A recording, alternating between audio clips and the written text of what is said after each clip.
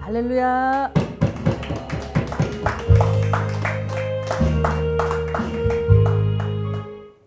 자, 모든 성경 3장 16절 시리즈, 오늘 데살로니가 후서인데요. 데살로니가 후서 3장 16절 봅니다. 평강의 주께서 때마다 일마다 너희에게 평강을 주시고 주께서 너희 모든 사람과 함께 하시기를 원하노라. 아멘. 자, 데살로니가 후서는 데살로니가 전서에 이어서 이제 로마의 박해 가운데 있는 이 성도들에게 그 흔들리는 그 성도들의 마음을 붙잡아주고 또 재림에 대한 어떤 미혹과 신앙생활에 대한 균형을 바로 잡아주는 사도 바울님의 축복 기도이자 사도 바울님의 편지입니다. 특히 3장 16절부터 18절까지가 한 단락인데요. 자, 구체적으로 16절이 사도 바울님의 기도이고 또 17절이 친필 서명에 관한 내용이고 18절이 사실은 축도입니다. 자, 그런데 이 17절에 보게 되면 나 바울은 친필로 문안하노니 이는 편지마다 표시로서 이렇게 쓰노라 이렇게 말씀하셨는데요. 사도 바울님은 대체로 이렇게 대필자를 통해서 편지를 이렇게 받아쓰게 하셨는데 간혹 이렇게 편지의 마지막 부분에서 자신의 친필로 편지를 마무리하면서 성도들에게 확신과 또 위로를 주기 위함으로 그렇게 하셨습니다. 자, 오늘 사도 바울님의 이 말씀은 오늘날 저와 여러분들에게도 주시는 위로와 권면의 말씀인 줄 믿습니다. 자, 첫째, 그러면 사도 바울님은 주님이 어떤 분이라고 소개하였나요? 첫째, 주님이 어떤 분이라고 소개하고 있습니까? 자, 16절에 평강의 주께서 그렇게 말씀하는데요. 평강의 주께서. 자, 여러분 이 평강이라는 단어, 이 평강은 이 평자가 평평할 평 그리고 평안할 강자입니다.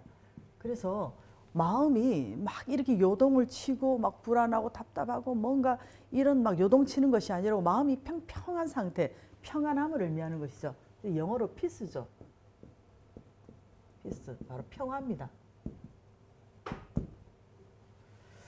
자, 그런데 헬라어로는 에이레네인데요. 이 에이레네는 마찬가지로 평화 그리고 번영 그리고 뭐 하나가 됨 또는 뭐 고요 안식 뭐 이런 내용이 있는데 어쨌든 마음이 평안해야 번영할 수 있고 하나가 돼야 또 이렇게 평안이 올 수가 있는 것입니다. 오늘 여러분의 마음에 평안이 있기를 바랍니다. 그래서 민수기 6장 26절에 하나님께서 모세님을 통해서 백성들 이렇게 축복하라고 하시면서 이렇게 말씀하셨습니다. 여호와님은 그 얼굴을 내게로 향하여 드사 평강 주시기를 원하노라 할 때 이 평강, 그 평강이 바로 하나님이 주시는 평안함입니다. 이것이 평강인데요. 자, 그런데 중요한 것은 하나님이 주시는 이 평강이 우리가 아무런 갈등이 없고 아무런 문제가 없는 그런 것이 아니라 지금 여러분 앞에 태산 같은 문제가 있을지라도 여러분이 전혀 두려워하지 않고 그 문제 앞에서 불안하지 않고 하나님을 향한 믿음이 흔들리지 않는 확신 있는 상태, 바로 그것이 하나님이 주시는 평강인 줄 믿습니다. 자, 그러면서 주께서 평강의 주께서, 그래서 주님은 평강의 주님이시라는 것입니다. 자, 마귀는 속성이 평강을 빼앗아가고 우리 마음의 평강을 깨뜨리는 그런 어둠의 존재입니다. 그러나 주님은 완전한 평강을 지니고 계신 분인 줄 믿습니다. 그리고 우리가 이렇게 살다 보면은 우리 마음에 내적인 평강이 있을 때 사실 웃음도 나오잖아요. 평강을 잃어버리면 웃음도 사라집니다. 그러나 그렇다고 해서 우리가 완전한 평강을 가질 수 없는 것은 우리는 다 사람이기 때문에 그렇습니다. 그러나 우리 주님은 평강을 가지신 분이고 평강의 주님이시고 평강을 주실 수 있는 분이라는 것입니다. 그래서 로마서 15장 33절에서도 평강의 하나님께서 이렇게 말씀합니다. 평강의 하나님께서 너희 모든 사람과 함께 계실지어다 그랬는데요. 자, 오늘 여러분의 평강을 빼앗아가는 존재가 무엇이든지 무슨 일이든지 오늘 예수 그리스도님의 이름으로 여러분 물리치시길 바랍니다. 그래서 시편 119편 165절에 제가 참 좋아하는 말씀인데요. 주의 법을 사랑하는 자에게는 큰 평안이 있으니 그들에게 장애물이 없으리다. 아멘. 제가 얼마 전에 며칠 전입니까? 제가 잠깐 어떤 선교사님의 간증을 보았는데요. 그 선교사님이 너무 이렇게 마음이 힘들어서 마음이 평강을 잃어버리고 너무 불안하고 이렇게 힘이 들어서 자, 이분이 그냥 아무것도 하지 않고 성경만 계속 읽었다고 합니다. 그래서 너무 힘들어서 성경만 계속 읽었는데 3일째 되는 날 엄청난 평안이 밀려왔다고 그런 간증을 하더라고요. 그래서 저도 어떤 그런 참 힘든 시기를 겪어봤기 때문에 그런 참 간증이 이해가 되더라고요. 자, 그래서 이렇게 어떻게 하면 우리가 이 평강을 얻을 수 있는가?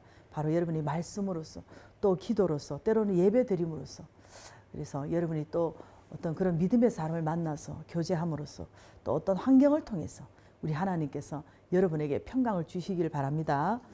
그럼 두 번째로 어느 때에 평강을 주신다고 하셨나요?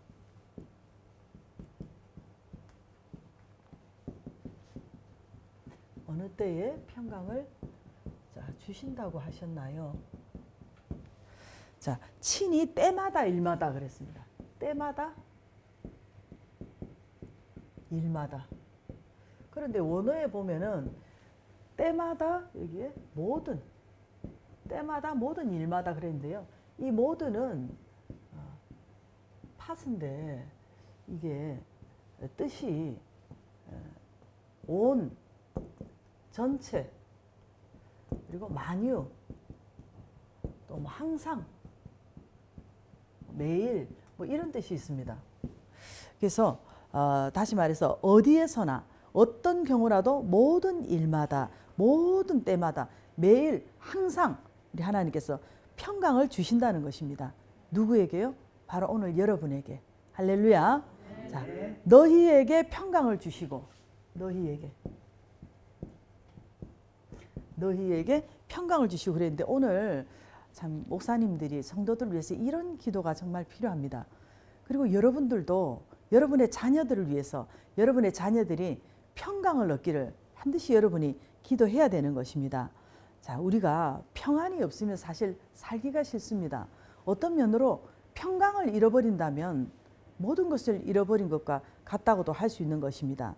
그래서 우리가 기도할 때도 여러분 기도 응답이 어떻게 옵니까? 어떤 문제를 놓고 기도를 할 때 마음에 뭔가 평안이 딱 밀려올 때 그것이 바로 응답입니다. 자, 그래서 우리 사도 바울님을 여러분 보세요. 감옥에 갇힌 상태에서도 이렇게 평강을 가진 것을 보면서 우리들도 먼저 여러분이 먼저 평강을 가져야 되는 것입니다.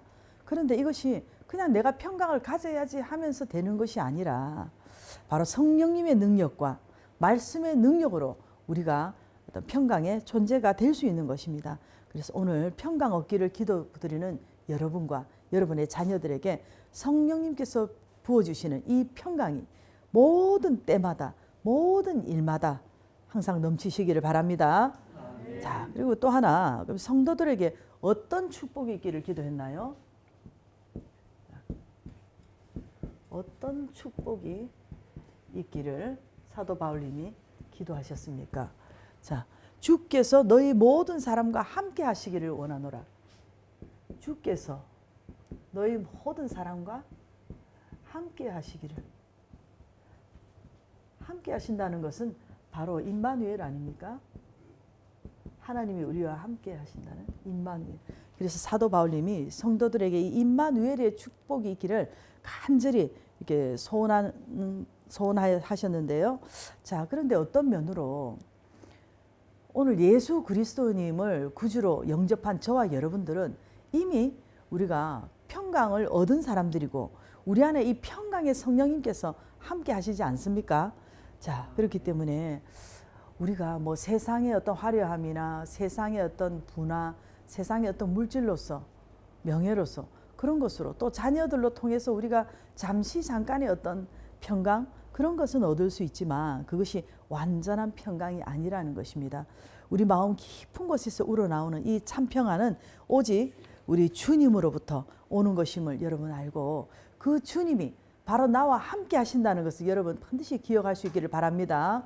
오늘 여러분에게 불안과 초조와 두려움과 근심을 가져다주는 이런 모든 어둠이 오늘 예수 그리스도님의 이름으로 물러갈 수 있기를 바랍니다. 오늘 여러분 안에 임마누엘의 확신이 강하게 일어나기를 바랍니다. 성령님이 주시는 참 평안, 세상이 줄 수 없는 하늘의 평안과 기쁨이 넘쳐나기를 바랍니다.